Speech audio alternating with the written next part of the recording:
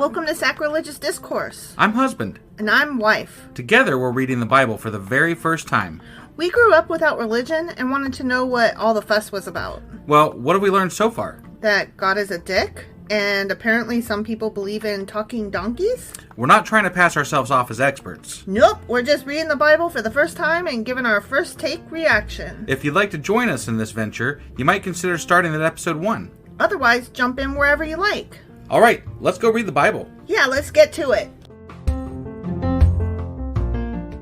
Husband! Wife! Do you remember what happened and how the hell we got here? Well, we just read Isaiah chapter 46. Correct. And in there we had some Disney sounding characters. There was Belle and Nebo. Not Nemo, but Nebo.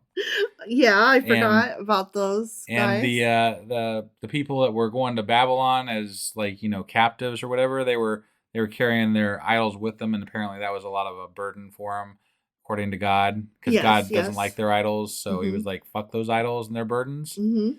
And people were like, "But we still have idols, so sorry, man." Right. Even into Babylon, they had them. He's like, "Thou shalt not have those idols." And they were like, "But guess what I did?" We still do. Yeah. They're still there. Yep. Yeah. So idols. Even remnants. God does not like idols. And the remnants are like, "But I still have them." Right. So that was Isaiah chapter 46. It was. Which means that today we're getting into Isaiah chapter 47. Awesome. Let's go do this. Okie dokie.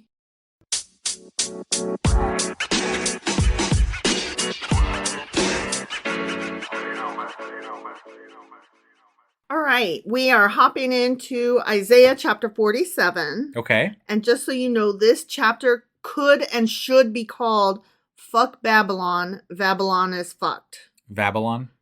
I said Babylon.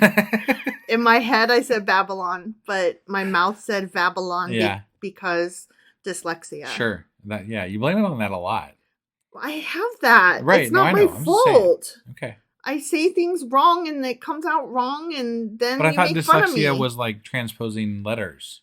You are so stereotypy. No, I don't know. It's also, tell me about it. It's also confusing sounds. Like your brain thinks you said something or transposes things or just makes noises incorrectly. See, now I learned something. Yeah. But your mouth doesn't agree with your brain, and sometimes your eyes get into it. And sometimes it's your eyes and your brain and your mouth. Sometimes it's just your brain and your mouth. Sometimes it's your brain and your eyes. Got it. All kinds of issues. It's a mess. All right. So I'm sitting here thinking, thinking, fuck Babylon. Babylon is fucked. But my mouth put the F from fuck with the Babylon. Yeah, right. Babylon. Right. See? Yeah, I got it. So anyway, Babylon is fucked. Fuck Babylon. Got it. Okay? Yep. All right. Isaiah 47. Here we go. Okay. Go sit down. No. Sit in the dust. What? Virgin daughter Babylon. I don't want to sit in the dust. You're not Babylon. He's talking to Babylon. But they probably don't want to sit in the dust either. He's not talking to any particular person of Babylon. Jesus Christ. See, forget it. It's done now. It's Babylon from now on. Right, yeah. He's referring to the city, the personification of the city. Okay. So he's talking to the virgin daughter Babylon, like basically as a woman. He's like, you woman who's never been touched. You think you're so like innocent and perfect, right? Okay. So he's like, go sit in the dust. Sit on the ground without a throne, queen city of the Babylonians. So he's making fun of the city. Okay. Yeah. No more will you be called tender or delicate. Take millstones and grind flour. Take off your veil. Lift up your skirts. Bare your legs and wade through the streams. Your nakedness will be exposed and your shame uncovered. Okay. So he's like just basically calling her a whore, and he's like, you were pretending to be innocent and nothing, but you are, maybe I'm probably, well, no. Okay. I guess Cyrus had conquered Babylon too, right? Like that was okay. Yeah. All right. Yeah. And there's the Babylonian exile, which is What was that? That's when didn't the Babylonians conquer the Israelites? Yeah. Okay. So this is before Cyrus has come to save them. Okay. Okay. All right. This event is taking place. Okay. As the Babylons thought they were so awesome. This right? is so Cyrus is. This is essentially they're not being awesome anymore because Cyrus is coming to destroy them, basically, or whatever. Or exactly. Take them over anyway. Yeah. Okay. Yeah. All right. And Babylon thought they were so great because they conquered Israel. Right. And so this is nah. Yeah, exactly. You guys suck. Exactly. Okay. And so he's like shaming Babylon the way Babylon shamed the Israelites. And hypothetically, since we're still in Isaiah, this is all a prophecy. Mm-hmm. Hypothetically, yes. But it sounds like it's reading more like Chronicles or Kings or something like that, though. Exactly. So, I will take vengeance. I will spare no one. Our Redeemer, the Lord Almighty is his name, FYI. Okay, yeah. Is the Holy One of Israel. Is he? That's what we say. I must have missed that bit. Yeah, I mean, he only said it like 100 times, right? Sit in silence. Go into darkness, Queen City of the Babylonians. No more will you be called Queen of Kingdoms. I was angry with my people and desecrated my inheritance. I gave them into your hand, right, Babylon. Yeah. I gave them into your hand, and you showed them no mercy. Even on the aged, you laid a very heavy yoke. You're God. You should have known that. He used Babylon as a tool, but then he's mad at Babylon for being the tool that he used. Right. And you know what I mean? Hypothetically, God knows all, so he would have known that this was going to happen. And he did. So it's I can't understand being angry at something that you know is going to happen. Well, it's basically like do you remember in the movie 28 Days Later? Okay. Yeah. So towards the end, spoilers FYI, if you haven't seen that movie yet, it's a zombie movie. It's one of the old best also. Ever. Right. It's not old, it's just not new. At this point, I think we could say it's old. Okay, whatever. Yeah. Let's agree to disagree. Okay. So, towards the end, Jim is trying, the main character guy, he's trying to break into the compound to free the girls. Sure. Okay? Yeah.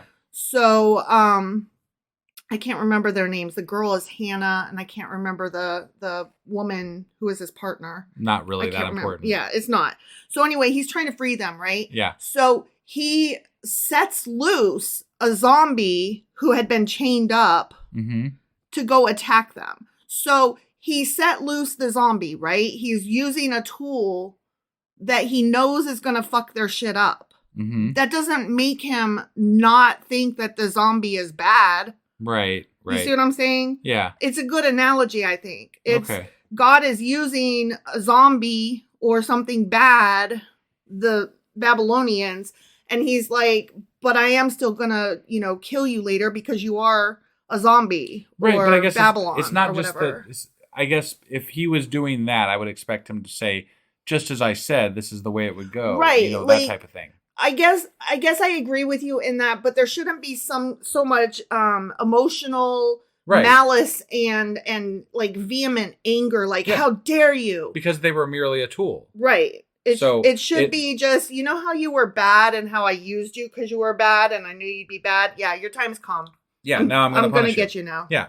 Like, as I said I would. Right, exactly. Exactly. Yeah, you're right. You're right in that there shouldn't, I don't mind him getting onto them for being bad, but there shouldn't be this, I can't even believe you did that. Right. I feel like this God should be speaking more in inevitabilities than in emotions. True. So. True. Yeah, I agree with that. Right. Okay. You said, this is God, yeah, Isaiah as God continuing. Right, you said, I am forever the eternal queen. But you did not consider these things or reflect on what might happen, Babylon. Okay. Now then, listen, you lover of pleasure, lounging in your security and saying to yourself, I am, and there is none besides me. I will never be a widow or suffer the loss of children. Both of these will overtake you in a moment, on a single day. Loss of children and widowhood. I see. Because, I'm God and I'm a son of a bitch. Right, yeah. Right? Yeah. Because, I'm sorry, let me just get this straight. You're going to kill children. Right. Yeah. Babylonian children. From what he's saying, the only thing that they're really guilty of is pleasure and not taking you as their listening Lord. to God, I guess. Yeah. So yeah, definitely kill the children. That will totally be justice. Right. I mean, this would be like if the zombies could have children, which they can't. So, you know what I mean? Like, even that, like, of course you would kill zombie children because zombie children, like, they still eat people. But these children are not zombies. They're children. So you're saying that he's looking at the Babylonians as less than human? Yeah. Okay. He's looking at the Babylonian children as though it's inevitable that they'll grow up to be sons of bitches instead of as people who are free to make their own choices and can be saved or whatever. Well, I would think that's a fair assessment because honestly, God has shown that he doesn't care about enslaving other races of people in the Bible. So he definitely must think of, if we're doing in canon, right? If we're playing God exists totally, and all. Totally. So he must believe that certain humans, certain people are lesser than, are not equal to. Sure. So that has to be his viewpoint. Otherwise, these things don't work for this story, you know? For any of the stories, right, honestly. Right. Yeah. Yeah. I mean, he has already said that women are less than. Right, know? Yeah. Ugh. They will come upon you in full measure, in spite of your many sorceries and all your potent spells. So, like, Babylon was renowned for having lots of, like, magicians and stuff. I've always wanted to see a real magician. You know? Too. So I guess I should, if I ever get a time machine, I should go back to the Babylonian times. Oh my gosh, that reminds me. I'm listening to this book right now called Acts of Violet.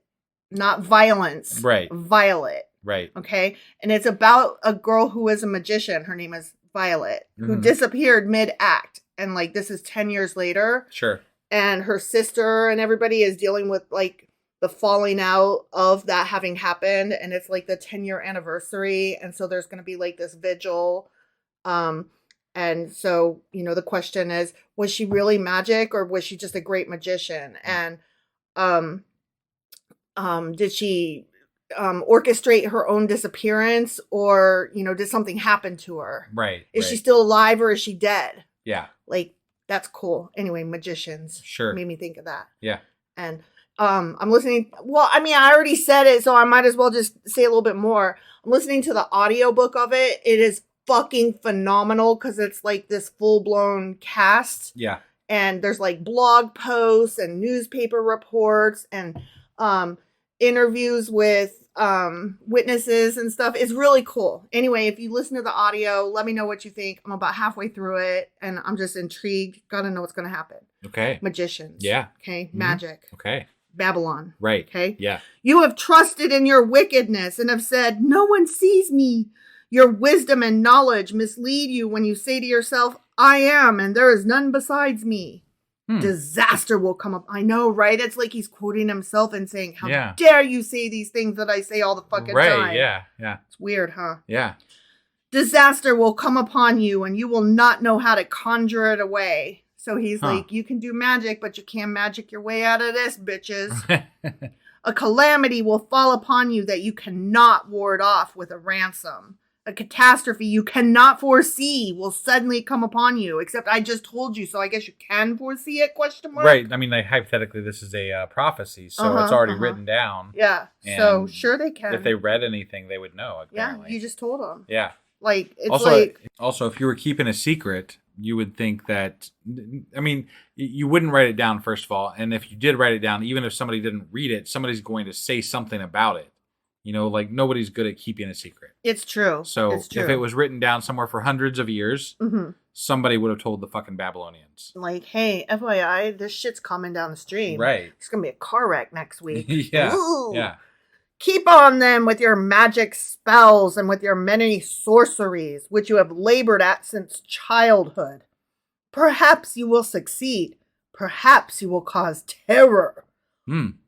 All the counsel you have received has only worn you out. Let your astrologers come forward, those stargazers who make predictions month by month. Let them save you from what is coming upon you. Surely they are like stubble, the fire will burn them up. They cannot even save themselves from the power of the flame. These are not coals for warmth. This is not a fire to sit by.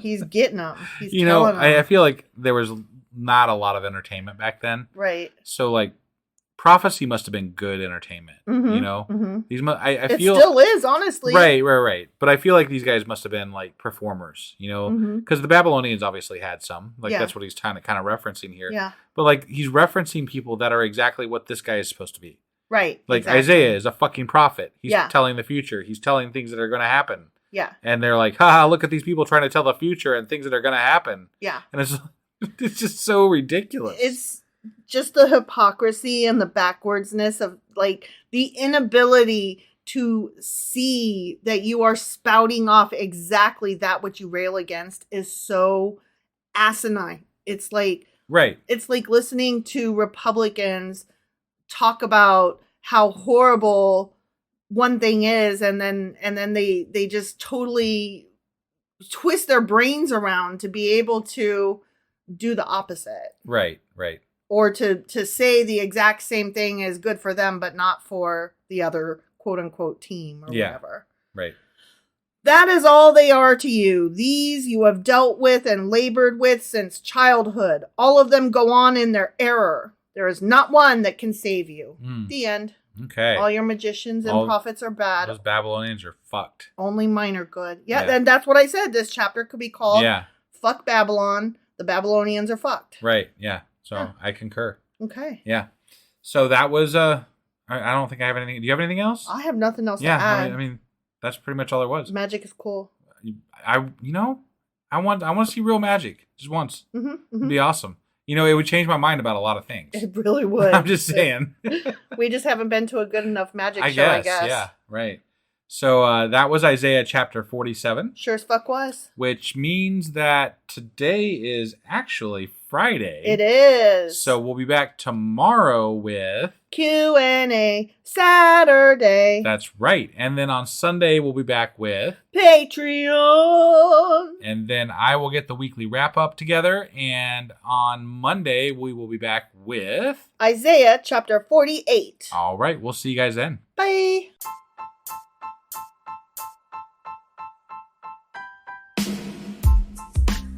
Hey wife, I guess that's the end?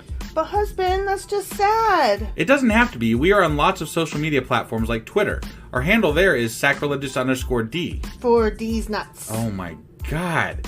Stop doing that. Anyway, we're also on Facebook, Instagram, and Pinterest. There's a link to all of our social media sites at our website. Ooh, we have a website? Yeah, it's sacrilegiousdiscourse.com, where you can also find a link to our merch shop. We have a merch shop? Yep, we have podcast-themed clothing, mugs, notebooks, and more, as well as an atheist and science-themed products. Wow, our fans should really go check that out right now. Definitely. They can get in touch with us by sending an email to sacrilegiousdiscourse@gmail.com. But before they do that, we could really use some help. Oh yeah? With what? Well, it's not free running the podcast, and we need some financial support in order to get better equipment, which will free up time so we can concentrate on our podcast and our fans. Okay, so what should they do? Head over to patreon.com/sacrilegiousdiscourse and sign up as a contributor on our podcast. Supporters there receive additional bi-weekly episodes that we record just for our Patreon members for as little as $2 a month. Also, we'd really appreciate it if you would like and subscribe on whatever platform you're using. And Apple Podcast reviews help us out tremendously. Like and subscribe. Leave an Apple review. Join us on Twitter. Support us on Patreon. That's a lot of instructions. Don't forget to say thanks. Thanks. Okay, bye.